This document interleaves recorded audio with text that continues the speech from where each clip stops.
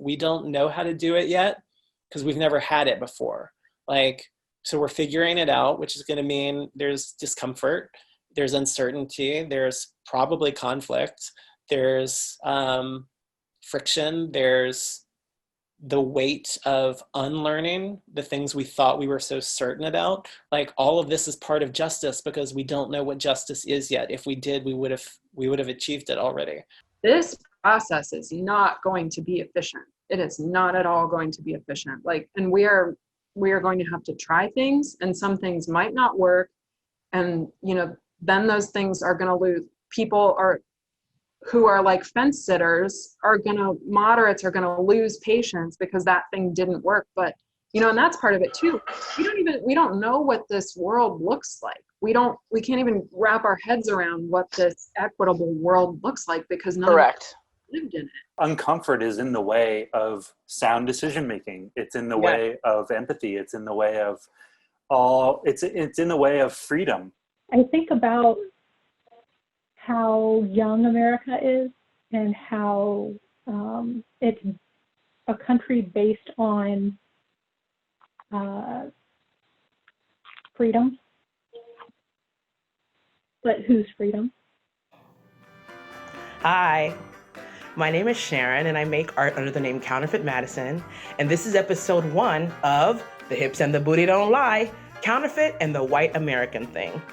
This first episode is called That Booty. That booty.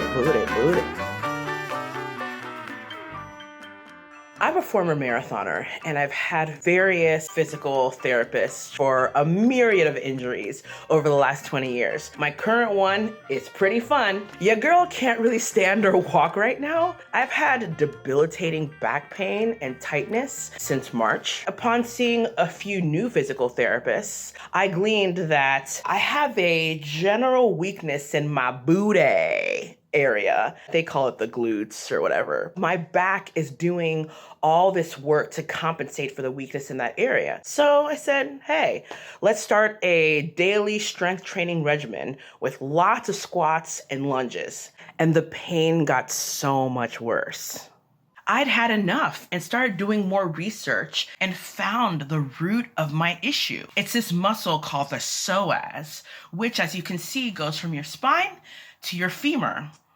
The psoas is a hip flexor. And you know what you walk with? Your hip flexors. My psoas was tight as fuck, and it was almost completely immobile, which is why I couldn't walk. My back started to try to flex my hip for me, and backs weren't made to do that, thus the pain. I wasn't going deep enough when I was working these larger muscles in my booty. And you know that strength training I was doing? It was just strengthening my bad habits, thus the increased pain. I finally turned to yoga to start working my psoas and the deep muscles around them. I'm finally recovering, but it'll take about a year. Currently in therapy, I'm learning how to walk.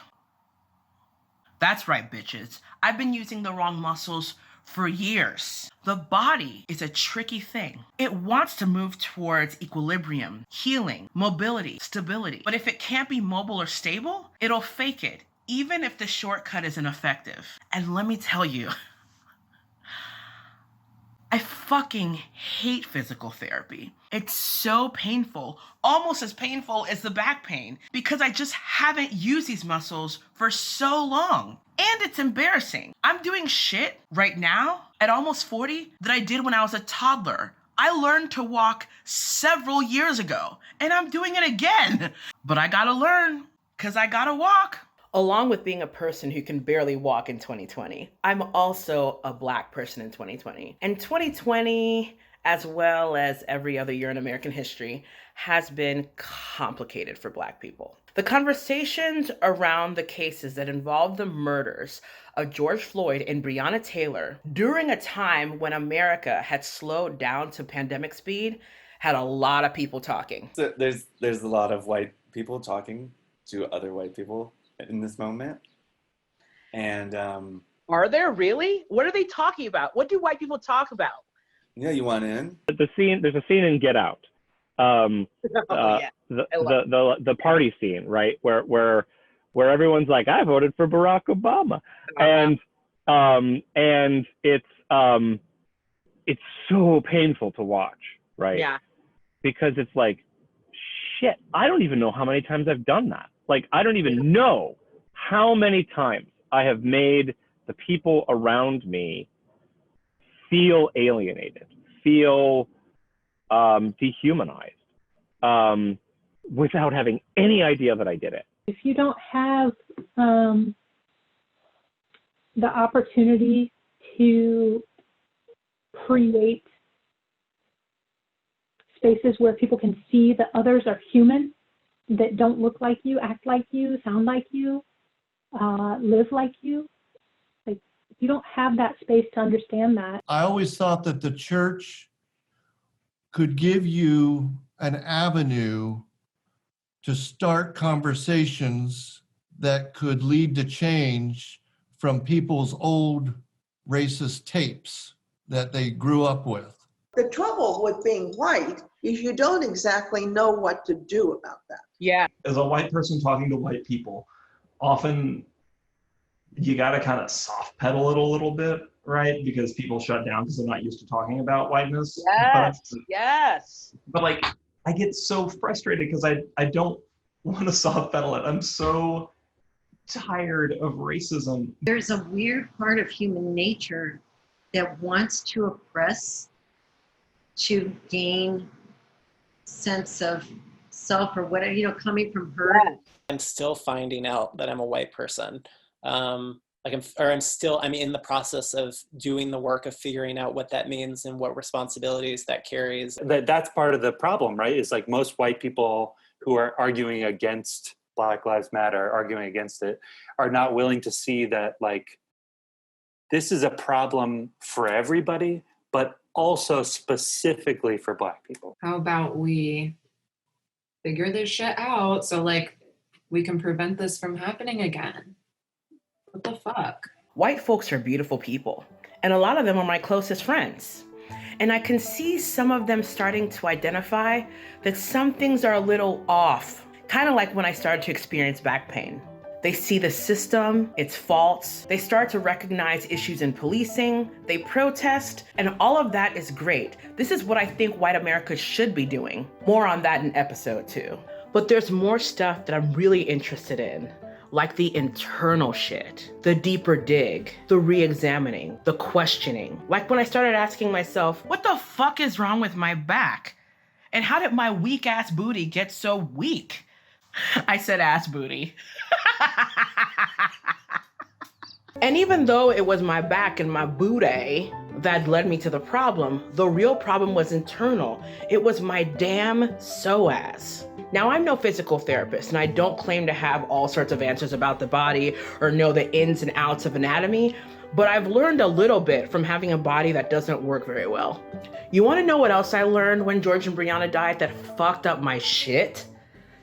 White people don't talk about being white, which blows my mind. That also has to do with the fact that it's not something like our families talk about, like growing up. The community that we were raised in was a community that had their best intentions were forward, but it was a conversation that was like, Blackness and whiteness are not something that we talk about. Because Black people talk about being Black all the time. But I think white people only talk about race when a Black person dies at the hands of a cop. Can we talk about it other times as well? So think about it. If most of America, which is white, only talks about race during the nationally headline murders, and Black people talk about it all the time, don't you think that creates some sort of weird imbalance when we both talk about it? It's way more familiar for us to talk about it than for white people. No wonder white people say crazy shit like, well, Brianna shouldn't have dated a drug dealer. Bitch, you and I both know that there's some rich ass,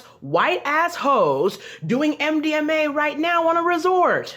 I'm seeing a relationship between the way I'm re-examining my body and the way white people could do some re-examining. Because here's the deal. My body doesn't work very well, and I don't think white America works very well either. But in order to figure out how to work better, you gotta know what's going on. How can a white America address the race issues if white people don't even talk about being white? It's like me wanting to fix my psoas without even knowing what a psoas is. Just like physical therapy, it may not be easy. You may find that there's some muscles you haven't used in a while. Yeah, we have to go through this like adolescent phase of growing pains, of never using these muscles before in our lives, and like keep fucking going. I just really, really, really, really, really hope that we've gotten to such an extreme point that people will start listening. If we're giving birth to that right now, it's going to be pretty exciting, even though we're in the midst of a painful time. I just hope that it's so painful that birth is happening for a new day. So, white America, let's start talking about you. Let's talk about where you grew up. Grandview was super white. Super white. I mean, the student body was maybe 400 students. I remember you could count the number of Black kids in the district on one hand. I lived in an almost entirely white context. So I grew up in a suburb of Baton Rouge called Central, which was kind of, especially during the years I was growing up, became like a primary location for white flight. The neighborhood we grew up in was pretty diverse. So I would say majority of my friends growing up were Black. I started school, kindergarten, first and second grade, where as a white person, there were maybe a few other white kids in the school. And then, you know, it wasn't all Black people. It was a lot of different races and colors. My kids have grown up in public schools or charter schools with people of all kinds of skin colors and economic settings and all kinds of stuff. They did not grow up in sheltered white suburbia like I did. And they are teaching me more about race than I've taught them, I'm sure. I guarantee it. My dad was a football trainer at the high school where most of the Black kids went to. So we always had a whole bunch of young Black people at our house because my dad had like a massage table and he would do treatments. So it was like, I'm so grateful that that was just I don't remember like exactly when this started happening, but I know when I went to kindergarten, there was a girl named Betty Jo Jackson. She was the only Black girl in my class.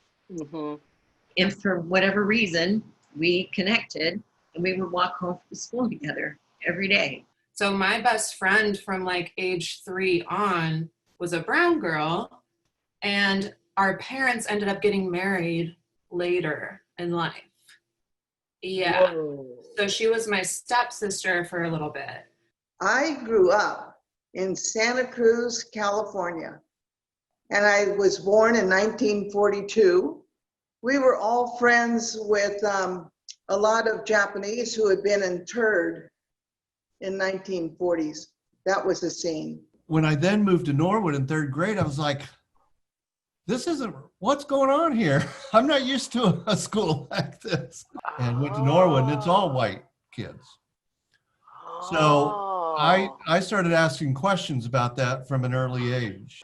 Let's keep on looking into your past.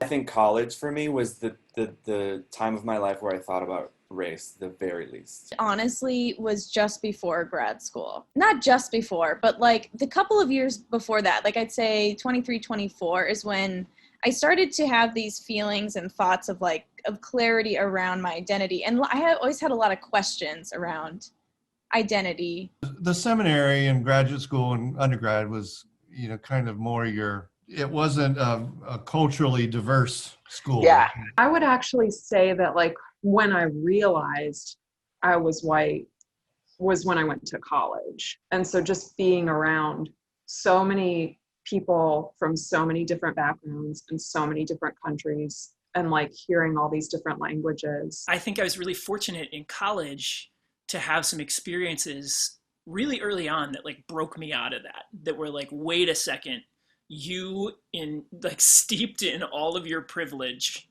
are sort of wandering through these spaces as though like you're helping and like you're participating and you have no idea that you're just sort of stomping like Godzilla through these spaces.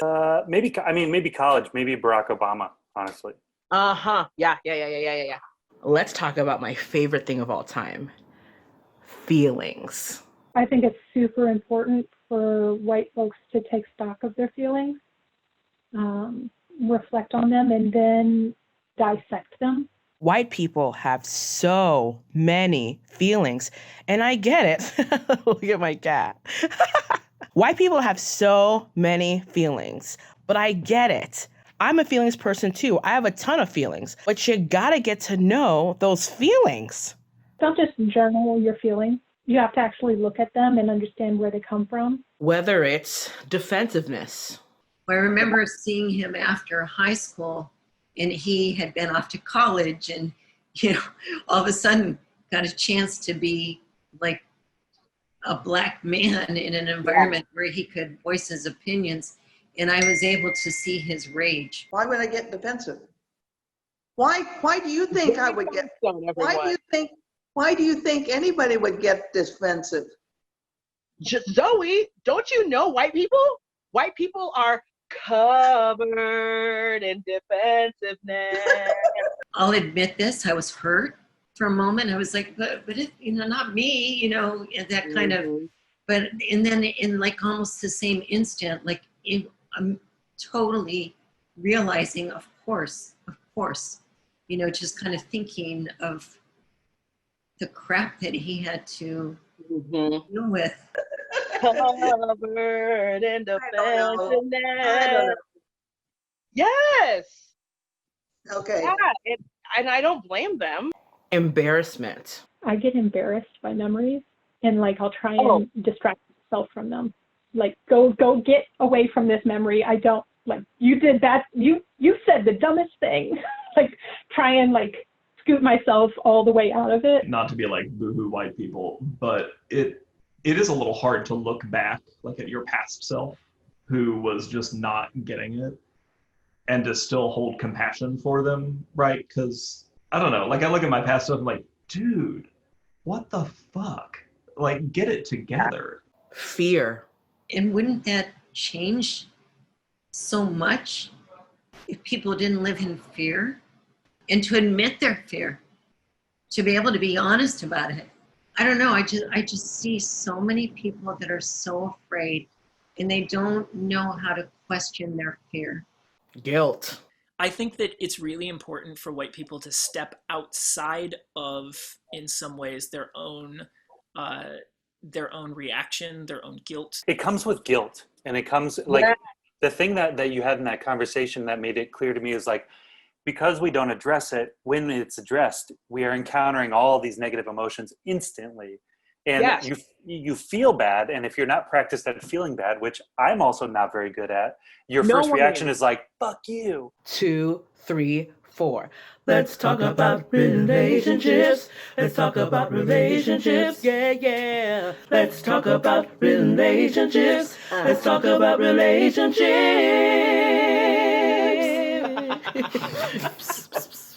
Need to end the word at the same. Let's talk about the white American relationship to America and also to what America thinks about Black people. People psychologically don't want to be told things that make them look bad, right? So, and I think a lot of people project themselves onto that realm of America where it's they don't want to learn things that make America look bad.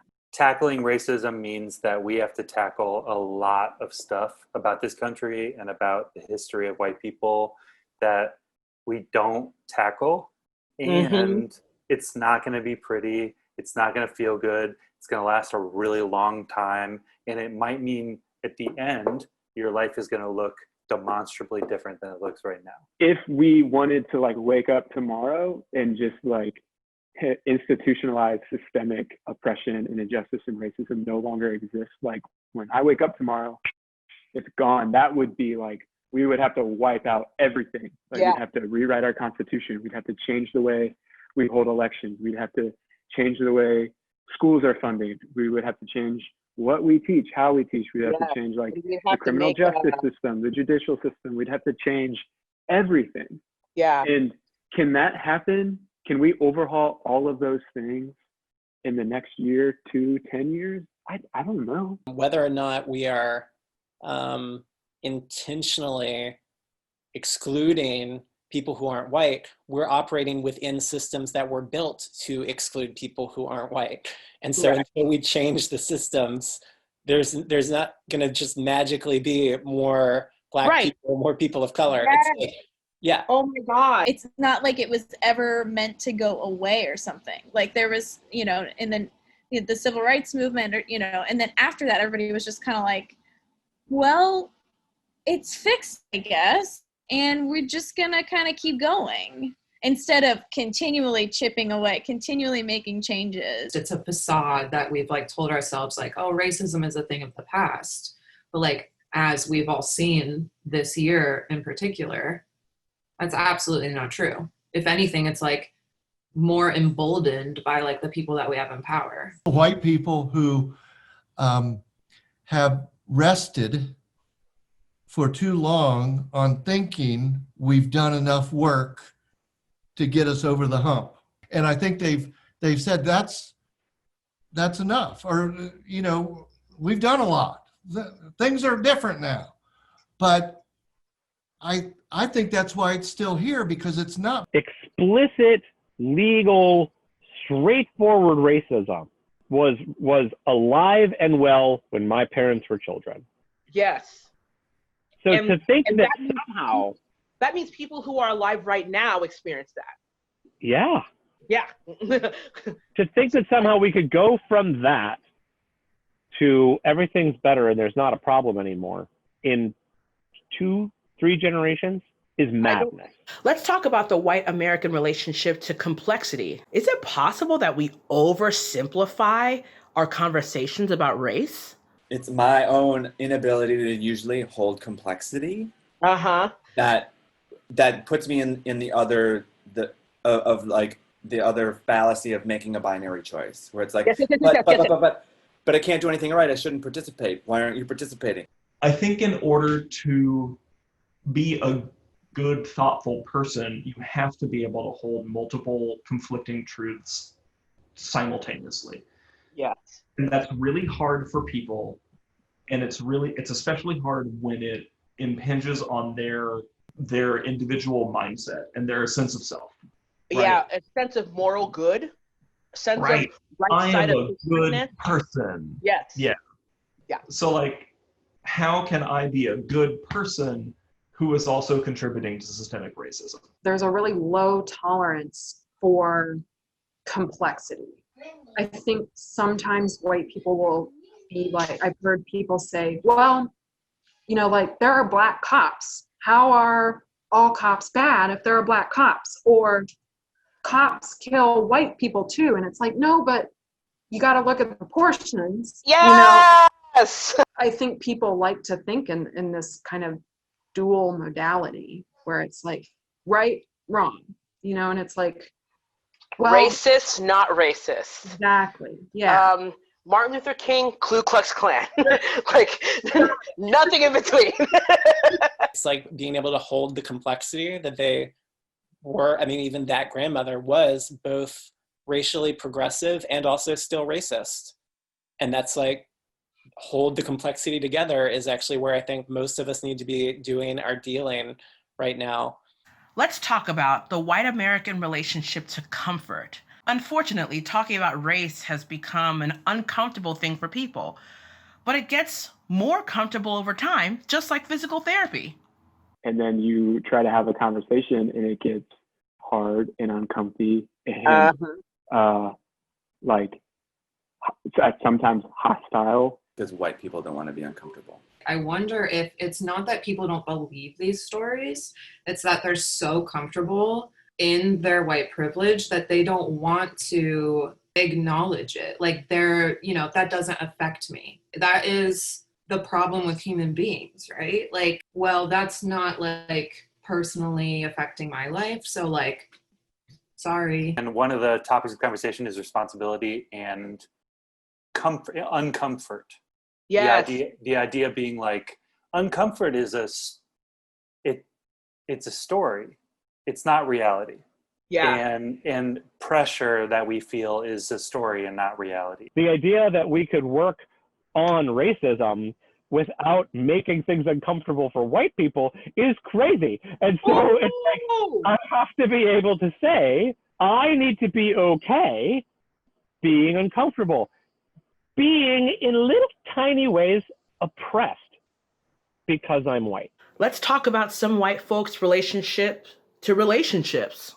For whatever stereotypes people have of, the 60-year-old white male minister, hopefully I can break some of those stereotypes by establishing good relationships. One of the things that we've done over the years is baby steps, one-on-one engage, people having that opportunity to come into this space and truly develop relationships with our whole family here. And I've seen the change happen. Speaking of relationships, I'm going to sing a song about one. I feel like white America has this idea that it knows the deal about Black America and what we're going through. But I hate to break it to y'all, but y'all get it so wrong sometimes. And it's okay to be wrong. You just got to see that you're wrong. I wrote a song about how I thought I knew the deal about someone, and gratefully they stuck around while I realized I was incredibly incorrect. This song is called Void. This one's for you, Alex Burgoyne. Oh. I miss him so much. Okay, sorry.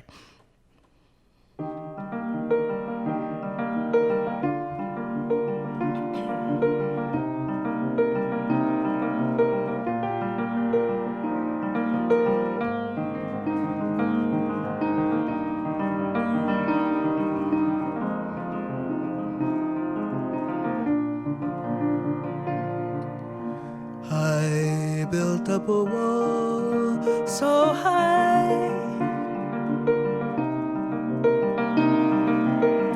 it could withstand the march of 7 times, and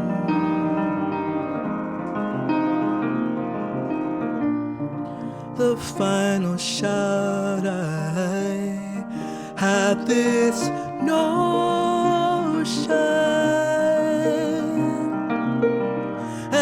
From my tower, you were no exception.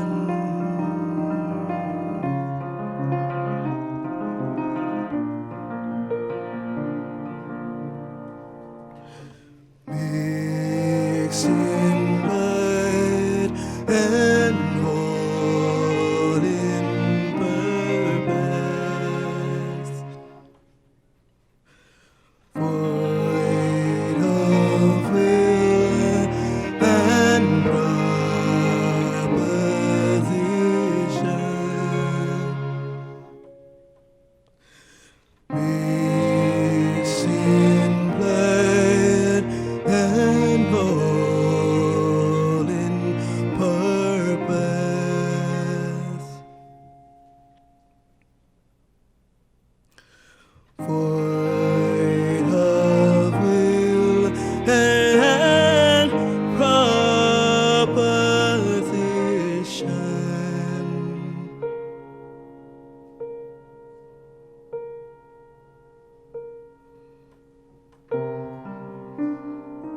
What a thrill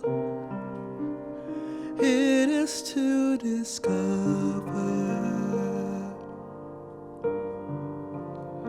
how you broke the pattern,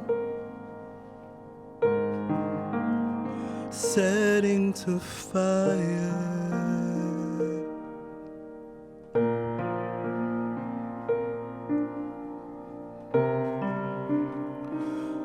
all the timber of my castle.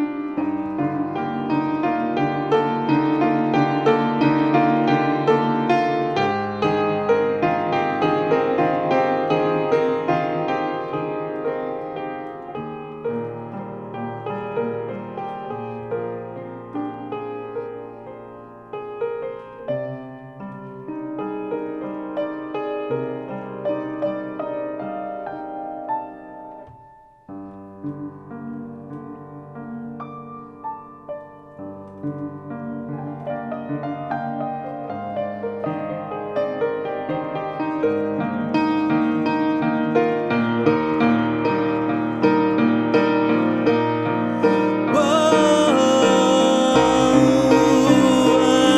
to discover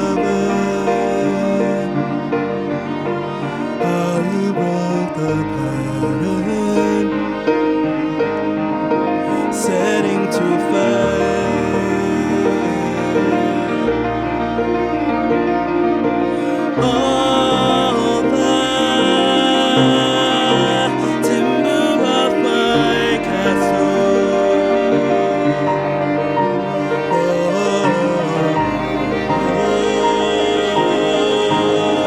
to fire all the timber of my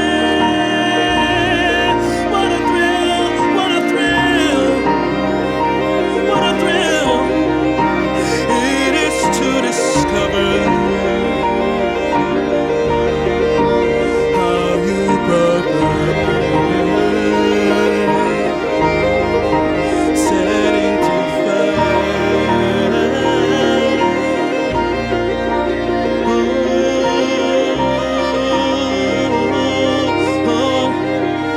the timber of my castle.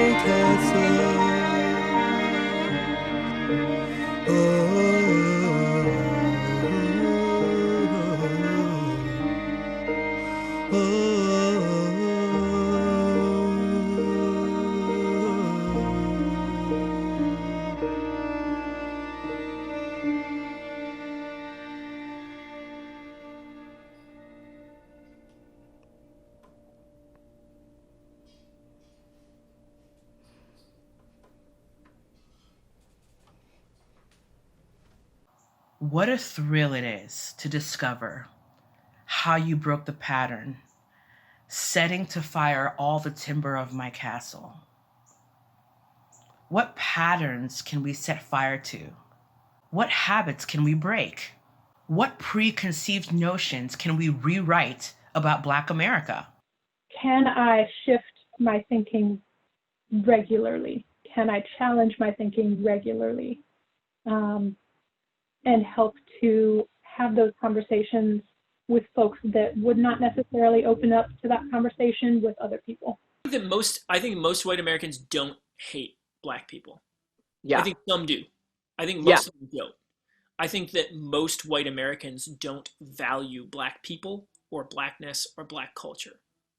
They don't hate them, but they don't value them, and they don't think about them, and they don't think about what the not valuing of them allows other people to do. How can white America become better at valuing Black people and their experiences? The idea that in the Black community, dads are teaching their kids how not to die. Yeah. Like, I have no idea what that's like. No idea. I've never been afraid of a cop. When I get pulled over by a cop, I do not need to worry the same way a Black person does. Like, I've had white friends who are like, yeah, but it's always scary to be pulled over by a cop. It's the same thing for me. I'm like, it's not the same for you though. It's not. I mean, you can feel uncomfortable, of course, but it's not actually comparable. You know what I mean? And really listen with your actual earballs and hear them, even if you don't see what they see. I just remember like having conversations and hearing about their experiences, like being stopped by security in the lobby of our hotel for like sitting outside the coffee shop and like asking to prove identification, or like they were living in the hotel and like that never happening to me. And then just asking me like, that's crazy, that doesn't happen to me. And they're like, well, Brad, this happens to me a lot. And she looked at my friend and she said, in this country, we don't stand that close to each other. Right? And I remember walking away from that and sitting down at this table with a couple of my other friends, very few of whom were white at that table, and saying, what just happened? Like, like, I've never seen anything like that before. And them going around the table and saying, Stephen, this happens every day. Like, this happens all the time. As a woman, and growing up in a patriarchal society, like you understand or have experienced or like have a friend who has experienced like sexual assault or something and not being believed. And so I think when a Black woman is telling her story, it is absolutely necessary for like white women to like fucking listen and like never like doubt the truth of it. And she's like, first thing you have to do is believe when a Black person says that this is how they feel. Like, believe them, number one. The Black people that I knew were part of families just like mine. They lived Right. down the street or whatever. So like, it just didn't occur to me that they were being treated differently in Right. any way. Yeah. I never saw the kinds of things that people are actually experiencing in other parts of my own city and in other parts of my own town, right? I just never saw them. And so to believe that those things are real, it takes some time and it takes some experience. Y'all, in order to walk, I have to do yoga twice a day. When are white people gonna start realizing they might need to do like a little white people yoga? And I don't mean that fucking cute ass trendy shit. White people, what's your I almost said what's your booty? White people, what's your booty? No. But for real, what's your psoas muscle? Start using the right muscles. Start questioning your insides. What's your ego doing? What are your feelings doing? What's your defensiveness doing? What are you avoiding? What are you afraid of? What's actually going on in there? Like, actually. What can you learn? There's so much to learn. The one thing that every human being needs to learn is how to say that they don't know. I don't know. Why you white bitches like be pretending y'all know everything? You know, and I'm always questioning myself, always. I feel like the older you get, the more you really start questioning like everything. I do not think I have all this figured out. People don't have a tolerance for not knowing. People feel like they know everything. I see myself do it. I see other white people do it. Like, oh yeah. No. Yeah. No, I thought that too. I've thought that too. I'm gonna be so fucking badass at being an anti-racist. I'm gonna be so good at it. I'm gonna be the best protester. I'm gonna be the loud. You know what? I'm gonna lead your fucking chant for you. I got this. You know, going to seminary, I think I didn't know very much, but when I got out of there, I knew even less. Yeah, we're all learning. Yeah. Having amazing friends who are willing to check me and surrounding myself by people who love me enough to tell me I'm wrong. And also know that I love them enough to recognize when I'm wrong. But also talk through it and like discover it. If I want to have a civil conversation with somebody about race, I need to be like humble enough to say that I don't know everything, which is just the reality. Like none of us know everything. And so I have to come into that conversation being like, I don't know everything. I'm willing to listen. I'm willing to learn. And I want to hear, like, I want to learn from you. Like you have to be willing to listen to the real experiences of Black people and to value those Black people and their experiences, and to value them sometimes above the things that you think you know or that maybe you do know. Here's what I do know. I'm a former marathoner. Here's what I also know. I can't walk. I could have kept denying my issues, but I would end up in a wheelchair in 3 months. And that's totally preventable. I had to face my fucking bullshit. Americans, we need to ask ourselves every single day, especially if you're white, am I facing my fucking bullshit? And you can't pretend like you don't have any because we all have bullshit. It's still on a daily basis. I encounter my bullshit. I'm certainly not perfect. I'm still learning. I still have experiences where I'm like, yep, that you've got work to do.